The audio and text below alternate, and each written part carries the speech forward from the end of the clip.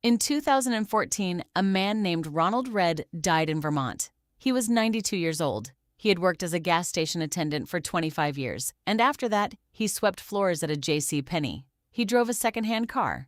He cut his own firewood. When his coat got a hole in it, he held it together with a safety pin. When his will was read, people found out he had left behind more than $8 million. Now, at almost exactly the same time, another man was in the news. His name was Richard Fosconi, Harvard-educated. He was an executive at Merrill Lynch. He was so successful that he retired in his 40s to become a philanthropist. He had a huge house in Greenwich, Connecticut, with 11 bathrooms, 2 elevators, and a room just for wrapping presents. His house went into foreclosure. He went bankrupt. So here is the question.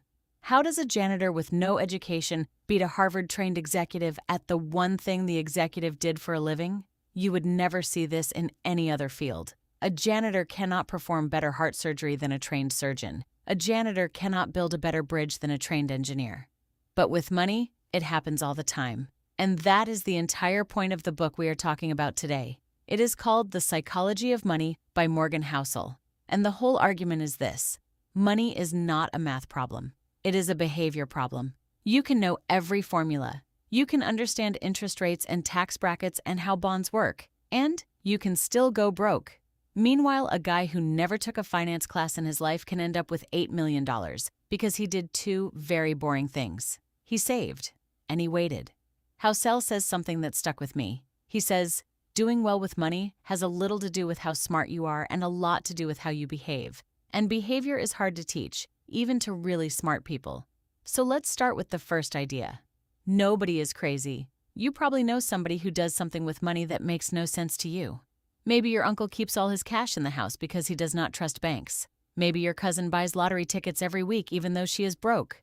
Maybe your friend refuses to invest in anything at all. You look at them and you think, that is stupid. But here is what Housel points out. Your personal experience with money is maybe 0.000001% of what has actually happened in the world, but it is about 80% of how you think the world works. Think about it. If you were born in 1970, the stock market went up almost 10 times during your teens and 20s. Investing feels obvious. It feels safe. Of course you put money in the market.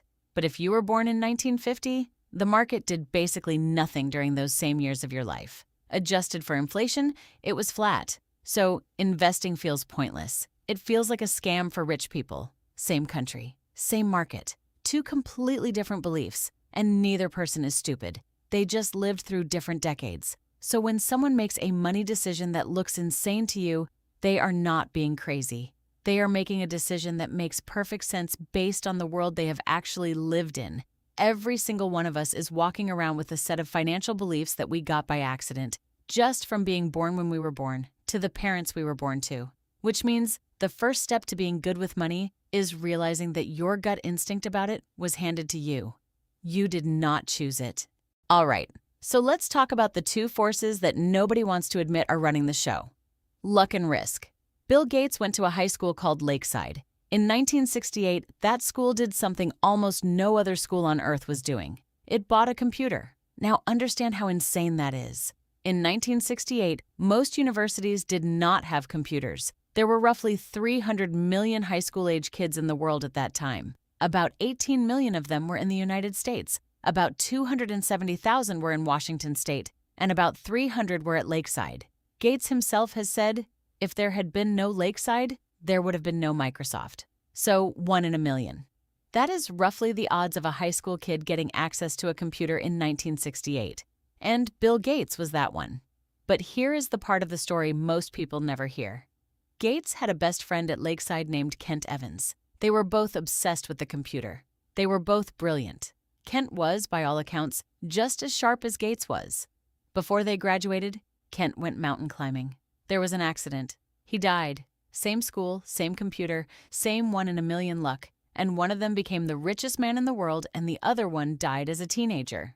Housel's point is not that hard work does not matter. It obviously does. His point is that luck and risk are the same thing. They are both the reality that life outcomes are shaped by forces that have nothing to do with your effort. And this matters for a really practical reason. When you look at someone rich and copy exactly what they did, you might be copying the part that was luck. And when you look at someone who failed and judge them for it, you might be judging them for the part that was risk. So be careful who you worship, and be careful who you write off. Now, connected to this is something even more important: knowing when you have enough. Let me tell you about Rajat Gupta. He was born in Kolkata. He was orphaned as a teenager, and he clawed his way up to become the CEO of McKinsey, one of the most prestigious consulting firms on the planet. He sat on the board of Goldman Sachs. He was worth about $100 million. $100 million. And it was not enough. He wanted to be a billionaire, so he started passing inside information to a hedge fund manager. He got caught. He lost the fortune, the reputation, the freedom, everything. He went to prison. He risked everything he had and needed for something he did not have and did not need. And this is the trap. There is no amount of money that automatically flips the switch in your head that says, "Okay, I am done now." That switch is not financial.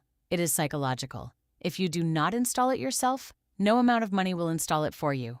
Housel says the hardest financial skill is getting the goalpost to stop moving.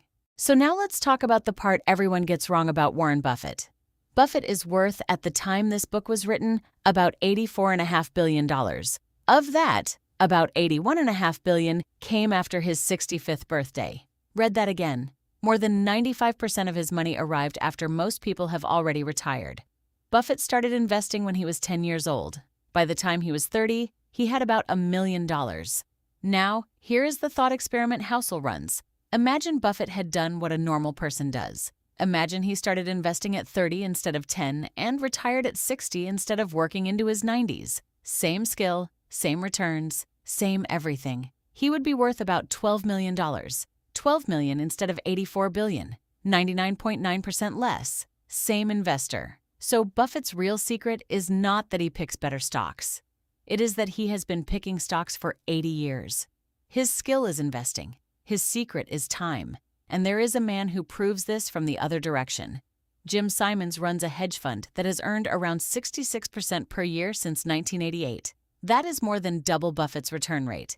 It is the best track record in financial history. And Simons is worth about a quarter of what Buffett is worth. Why? Because he did not hit his stride until he was 50. He had a third fewer years to compound. Compounding does not care how brilliant you are. It cares how long you leave it alone. Which brings us to the ugly part. Getting wealthy and staying wealthy are two completely different skills. Getting wealthy takes risk, optimism, putting yourself out there. Staying wealthy takes the opposite. It takes fear. It takes paranoia. It takes survival. There is a name most people have never heard. Rick Guerin. In the 1970s, there were three of them: Warren Buffett, Charlie Munger, and Rick Guerin. Same investments, same deals, same room. You know the first two names, you have never heard the third one. What happened? Guerin was in a hurry. He used borrowed money to move faster. Then, the market crashed in 1973 and 1974, and it fell almost 70%. He got margin calls. He had to sell, and he sold his Berkshire Hathaway shares to Warren Buffett for under $40 a share. Those same shares are worth hundreds of thousands of dollars today. Buffett and Munger were not smarter than Guerin. They just were not in a rush. Guerin was equally good at getting wealthy. He was worse at not going broke. So the single most important word in all of this is survival, not returns, not being right. Survival. Because compounding only works if you can give something years to grow, and you can only do that if you are still in the game. Okay, last stretch. And this is the part that will actually change how you look at the people around you. Housel talks about something he calls the man in the car paradox. When you were young, did you ever see somebody drive past in a Ferrari and think, "Wow, that guy is amazing"? Probably not. What you actually thought was, "Wow, imagine if that was me. Imagine how people would look at me." Nobody was thinking about the driver, not even for a second. Housel worked as a valet in his 20s, parking these cars all day, and that is the lesson he took from it. When you buy something flashy to earn respect, the people who see it do not admire you. They just imagine themselves in your place. You spent the money. They got the fantasy. And this leads to the most useful sentence in the whole book. Wealth is what you do not see. If somebody has $100,000 and they spend it on a car, they now have a nice car and no money. The money is gone. You can see the car. That is not wealth. That is the absence of wealth. Real wealth is the money you did not spend. The nice thing you did not buy. It is invisible by definition, which is exactly why it is so hard to learn from. You can watch a rich person spend, but you can never watch a rich person not spend. So how do you actually build it? Housel's answer is almost annoyingly simple.